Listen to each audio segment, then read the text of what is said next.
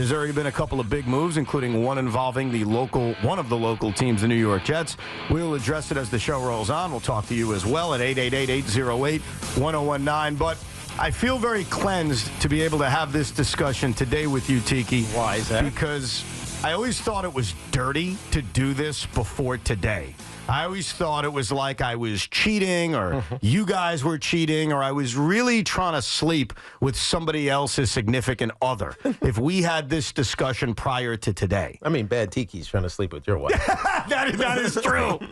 But for me, I feel very cleansed, and I want to make this perfectly clear. There's no malintent towards Yankee fans listening. This is not personal. This is strictly business. This is the free agent we as Met fans have waited for.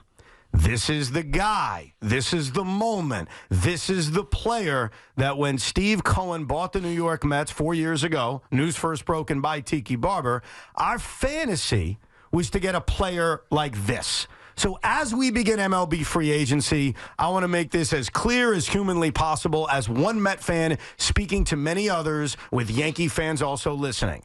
They have to sign Juan Soto, and the they are the New York Mets, and the he is Steve Cohen. And there's a myriad of reasons why, but I just want to declare that today because I'm no longer talking about somebody who's with you. I'm not trying to steal your wife anymore. I'm not trying to steal your girlfriend anymore. He's available. He'll sleep with anybody for the right price. And to me, the person he decides to marry must be the New York Mets. So you're going to upset Yankee fans for sure because the Yankee fan believes that the team that they must sign with, he must sign with. I say they because it's really him and Scott Boras. But that they are going to lean towards should be the New York Yankees. But I get why the Met fan believes that it has to be with them. I get why Juan Soto better be offered every dime that Steve Cohen possesses to give to him. And we'll talk about that number a little bit later because I think I had an epiphany about what he should be worth. Oh, an epiphany! or me. I forget how you say it. Right, but I get why the Met fan says this, but there's no way that it's ever going to be guaranteed to go to the Mets simply because Steve Cohen is the richest owner in maybe all of sports, not counting the international ones, but certainly the most aggressive one that we've seen in a while. And so, like, you go back to the George Steinbrenner eras with the Yankees, it was money, but it wasn't like money like this. This is buy a country money. Yes, it is. That we're talking about. It is. We're not talking about like, oh, you're just very highly paid. This is serious, almost billion-dollar money, which is insane to think about. No question, but if there is a player that deserves it, it's him. No doubt about it. He's the guy. He's the guy we've been waiting for. And I'll tell you why this is personal on a lot of levels. For anyone, I would say, above the age of 30 or 35. If you're a little bit younger, I will tell you a story. If you're a little bit older, you'll say, Evan, I get it. I want to take you back exactly 24 years ago. There was another generational free agent. There was another guy that was rumored to wanting to play for the New York Mets. In fact, he was so linked to the New York Mets that his nickname became Shayrod. Literally his nickname. And so that winter, it was, oh my God, the Mets are going to get A-Rod. Which I know they had gotten Piazza a few years earlier, but this was different. This was the best player in baseball. This was a guy at 25 years old. This was the definition of a generational talent. And if they got him, everything would have been different. I can't rewrite Met and Yankee history, but I can tell you things would have been very different in the early 2000s. And for a myriad of reasons, and by the way, same agent, hello, Scott Boras, but for a myriad of reasons, it didn't happen. Yep. The number one reason is ownership at the time. Ownership wasn't as committed to spending that kind of money, which seemed obscene at the time, $352 million, to get the generational talent. Well, here we are, ladies and gentlemen, 24 years later. And while there are always good free agents, there are always really good free agents. How often is there a free agent like this? Yeah, the generational free agent. Yeah. The one that's the right age, who's not, close to being near his decline on the top of the hill. He's not even close to the top of the hill. He may not even be in his prime yet. That's how young he is. Right. That's what I mean. And so, you think about the number that it's going to take. That's one thing. But you think about the lift that he's going to give. Think about what he did with the Yankees. When we had those moments where the Yankees were just bad. No one was hitting, and Aaron Judge goes into a little bit of a slump for a couple of weeks. Juan Soto was Juan Soto consistently throughout it, especially once you got to the point of the season that mattered in the postseason. And so, like, he changes your clubhouse, right? He changes your organization. If you're a team like the Mets who struggled to get fans in the stadium earlier this year, people are going to go to see him. I agree with that. I think that's a big aspect of this that I may not necessarily care about, and maybe there are a lot of Met fans that don't necessarily care about how many people are showing up at Citi Field. Yeah, but trust me, your owner does. And the owner should. And that's why if Steve Cohen is listening right now, I tell you a few things. One of which is I do think this changes the perception of the New York Mets. The Mets had a really good year last year. It was a fun year. But you know as well as I do, Steve, that place was a ghost town for a big part of the year. I know full well as a season ticket holder. You know full well as a businessman. And while I think the Mets will draw better in 2025, if you want to make an even bigger impact, it's bringing in box office. And there are very few guys in Major League Baseball that I would say would qualify as box office. Right. He's one of them. So I admit, I don't care about this aspect. I don't care how many people show up to Citi Field or how much money Steve Cohen's going to make, but I also know that it matters. You've brought it up. I'm sure ownership thinks about that, and I do think that impacts the Mets a lot. Like, you sign a guy like Juan Soto for a myriad of reasons, not just because people want to see him play, but I think because it sends a message. It sends a message that the Mets are not just a big market team, they're the big market team. And keep that in mind about Steve Cohen. I like Steve Cohen. I will be grossly disappointed if they're not the highest bidder for Juan Soto. I'm not going to tell you they can't win a World Series or he should sell the team or he's a fraud. But here's what I will say about Steve Cohen if he's not the highest bidder. You're not who we thought you were. You'd be a big market owner, and that's a huge upgrade over the Wilpons, and thank you for that.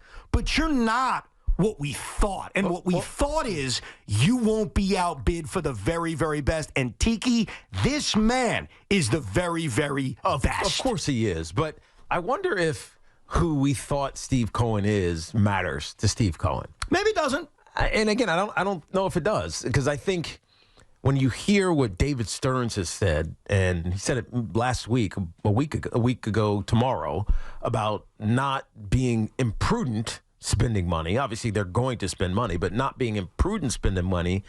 Maybe that shift has already happened. Maybe David Stearns is convincing Steve Cohen, yes, you need to spend money, but don't do it irresponsibly. I don't think signing Juan Soto is irresponsible. I don't think it is either. But I'm just talking about the concept of Steve Cohen having an unlimited checkbook to spend as much money as needed, as necessary. He's not a private equity firm. He's not Daddy Warbucks. Yeah, well, I mean, he is, but he's not.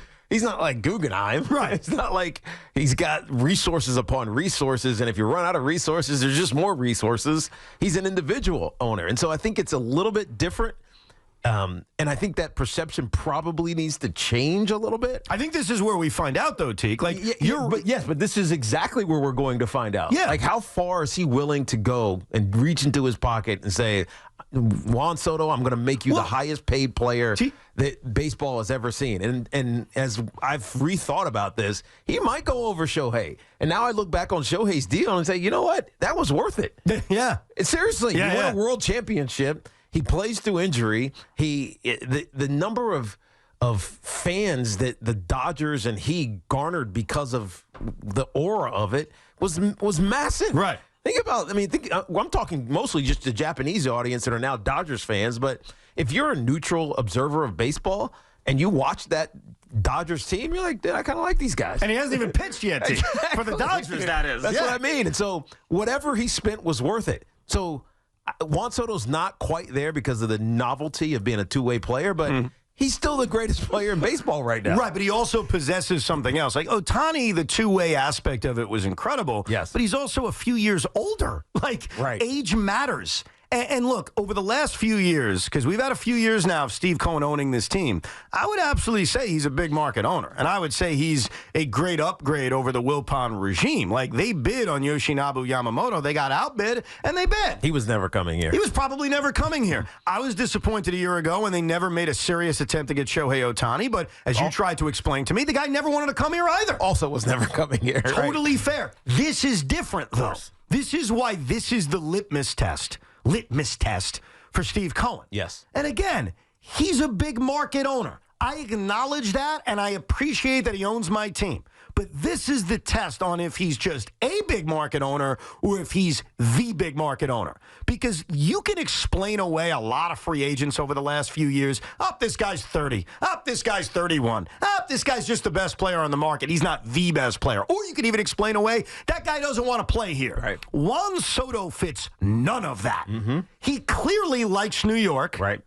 He clearly wants to go to the highest bidder. Right, I was going to say, most importantly, Evan, he's clearly a mercenary. Yes. There is not a loyalty to anyone unless you're a conspiracy theory about the Washington Nationals proves to be true. Right. And he takes a lesser deal because they've built their team up with the trade that sent him to San Diego, and now he comes back, and they're a powerhouse. Right. That's the only way that he isn't a mercenary. No, he is a mercenary. But I think actually he is a mercenary. And he's also, here's the other quality, and this is number one on my list for by the why way, I'm not using that word derogatorily like you usually do. No, I only use it derogatory when I'm mad. Exactly. When I'm happy, it's like, I love my mercenaries. The problem is I haven't had a chance to love my mercenaries very much. But Juan Soto is also very different than all those other mercenaries because when some of my teams brought in... You mean they're not old? Yes.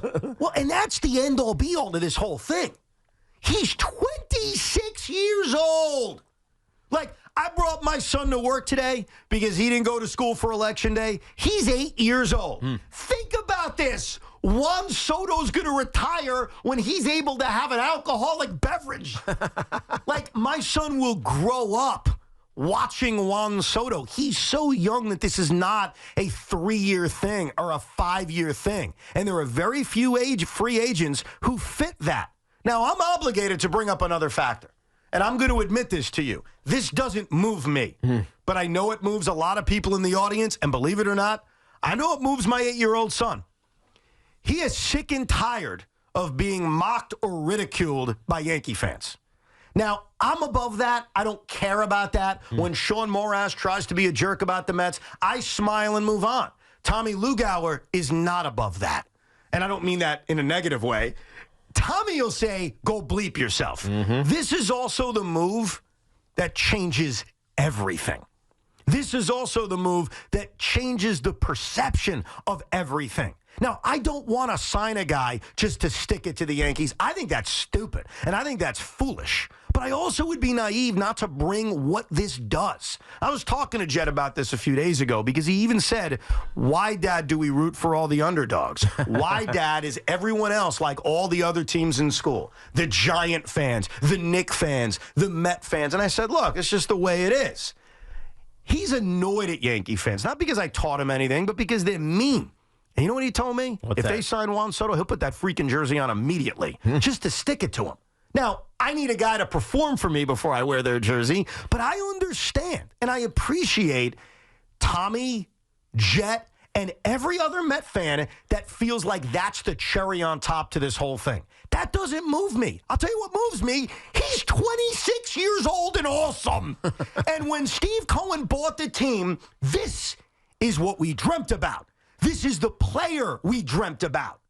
So, Steve, if you're listening, you'll never be dead to me. I would never use phrases like that, Tiki. Yeah. But I'll be grossly disappointed if you're not the highest bidder. We want you to be the highest bidder. We need you to be the highest bidder. We need you to bring in the fish that Fred Wilpon refused to bring in 24 years ago when Alex Rodriguez was on the doorstep. It would have changed everything. And to me, this changes everything. So I feel cleansed to have this conversation because I never really wanted to have it while he was a New York Yankee. I thought it was dirty and I thought it was wrong. But as free agency has begun, let's have the conversation. It is time for the New York Mets to do something they've never done. Go get the superstar, game-changing, generational, 26-year-old franchise talent and bring him to my stadium. You're damn right. Who was that? That was Ted DiBiase reminding everybody, everybody's got a price. Money isn't everything. It's the only thing. Your thoughts, Tig? I mean, everything does have a price. And I don't disagree with you. Thank you. But I also don't think that the Yankees are just going to let that happen. I also don't think that let's say the Baltimore Orioles or the LA Dodgers are just going to let that happen. There are a lot more billionaires now, or billionaire owners, groups, or individuals in Major League Baseball. And so they all feel the same way. Maybe the Dodgers a little less so because they just won a championship, but they might want to be Gavones, right? They might just want to say, we want it all. Give it us, let's create a dynasty. The dynasty doesn't exist in baseball. I mean, it hasn't for a long time. And so think about what the Dodgers could do if they had every player, every star, except for Judge and a few others, that any baseball fan wants to watch. Mm-hmm. Think about that. Okay. That's what the Dodgers probably want to do. But, Tiki, the Dodgers can do it. The Yankees could do it. And look, these discussions are very complicated here in New York City because the Yankee fan has a very strong opinion on what they should do for Juan Soto. And I've made it clear as an IBO when I talk about this. The Yankees can't be outbid. Yeah. And I stand by that. But what I would tell you is if you're Steve Cohen with all those millions and billions of dollars, you make sure you're not outbid. If you want to play poker with Hal Steinbrenner and Guggenheim and the Washington Nationals and John Middleton, then play poker and whip their ass. I get it's going to cost a lot of money. I get it. And I know there are going to be people who call up today, and I welcome you to debate this, 888-808-1019, and they say, he's not worth it. How can you pay him $52 million a year or $45 million a year? Well, what I will say to you is you're wrong. That's what I'll tell you, and I'll explain why. And for Steve, you're right that there will be competition. This will not be just lay down your swords. Hal Steinbrenner won't lay down his sword. But if you're Steve Cohen, make sure you win the war. Make sure that at the end of the day, because they didn't do this with Yamamoto. They didn't. They didn't do this with Shohei Ohtani. They didn't. This will be the first time in which they make it clear we're going to be the highest bidder. And if Juan Soto wants to stay in the Bronx for less money, God bless him. If Juan Soto wants to go back to Washington, D.C. for less money, as much as this would pain me, because that would bother me more than the Yankees, God bless him. But don't give him the opportunity to take more money elsewhere. You say that Hal won't lay down his sword. I have a little clip. It's 2 seconds long. It's from Brian Cashman after last season. Go ahead. I don't know if anybody can compete with Steve Cohen. Well, leave no doubt, because that's the key to bringing in the biggest fish in the history of the New York Mets. Your call's next, 888-808-1019. We will get into the decisions made by Todd Bowles last night that is still causing me a massive headache. Plus, we will predict the contracts for Juan Soto. We actually did this in February, and now, 9 months later, after getting to watch him every day, we will update our Juan Soto contract predictions. Plus, we'll keep you posted on the NFL trade deadline, which is fast approaching.